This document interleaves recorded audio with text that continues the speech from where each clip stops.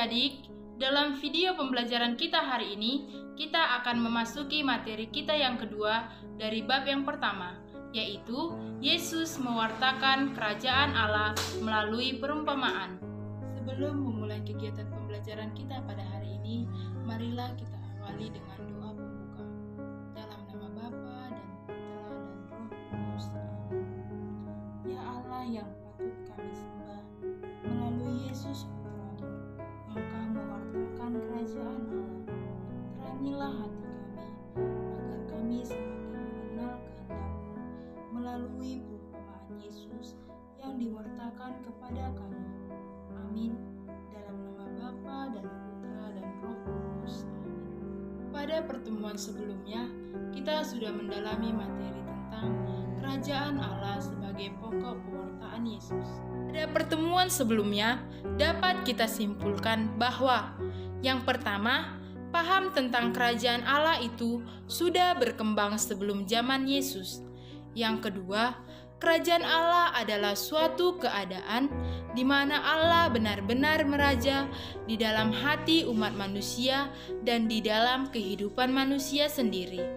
Yang ketiga, dalam kitab suci Perjanjian Lama, bangsa Israel mengenal Allah sebagai Raja. Ia adalah Yahweh.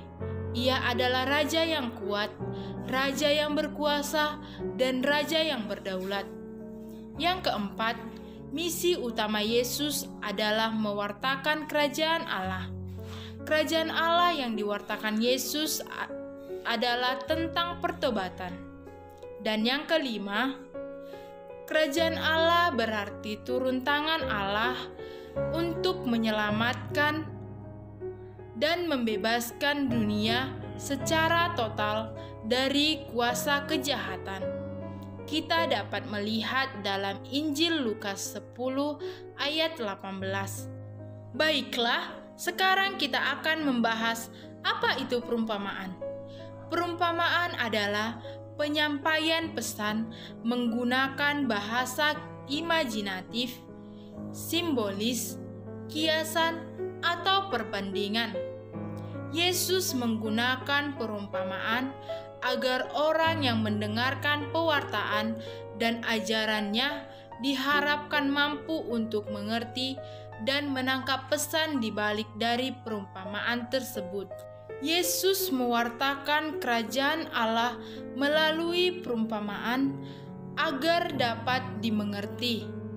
Dan yang mengikuti Yesus adalah murid-murid serta masyarakat umum atau kaum sederhana seperti para nelayan, pengembala kambing domba, dan orang-orang yang memiliki status sosial yang kurang diperhitungkan di dalam masyarakat. Maksudnya di sini ialah bahwa perumpamaan tentang kerajaan Allah itu disampaikan secara menyeluruh tanpa memandang status ataupun yang lainnya. Maksud dan tujuan perumpamaan. Yesus menggunakan perumpamaan dengan maksud yang pertama, pewartaan dan ajarannya dimengerti. Dalam banyak perumpamaan, ia memberitakan firman kepada mereka sesuai dengan pengertian mereka. Kita dapat melihat dalam Markus 4 ayat 33. Tujuan yang kedua ialah dibutuhkan kesediaan untuk mendengar atau sikap nyata. Siapa yang bertelinga, hendaklah ia mendengar. Matius 13 ayat 43 dan Lukas 14 ayat 35. Artinya mutlak, diperlukan suatu kerelaan batin untuk menyerahkan diri untuk mengubah cara hidup. Contoh perumpamaan. Yang pertama, perumpamaan seorang penabur. Markus 4 ayat 3 sampai 8 dilanjutkan ayat 13 sampai 20. Perumpamaan ini hendak menjelaskan bahwa dalam karya Yesus untuk menegakkan kerajaan Allah, betapapun ada kegagalan, karyanya itu akan menghasilkan buah panen yang berlimpah, melebihi apa yang sudah diperkirakan manusia. Oleh karena itu, pengikut Yesus tidak perlu berkecil hati dan mudah putus asa bila mengalami berbagai kegagalan. Yang kedua, perumpamaan tentang harta yang terpendam dan mutiara berharga. Matius 13 ayat 44 sampai 46.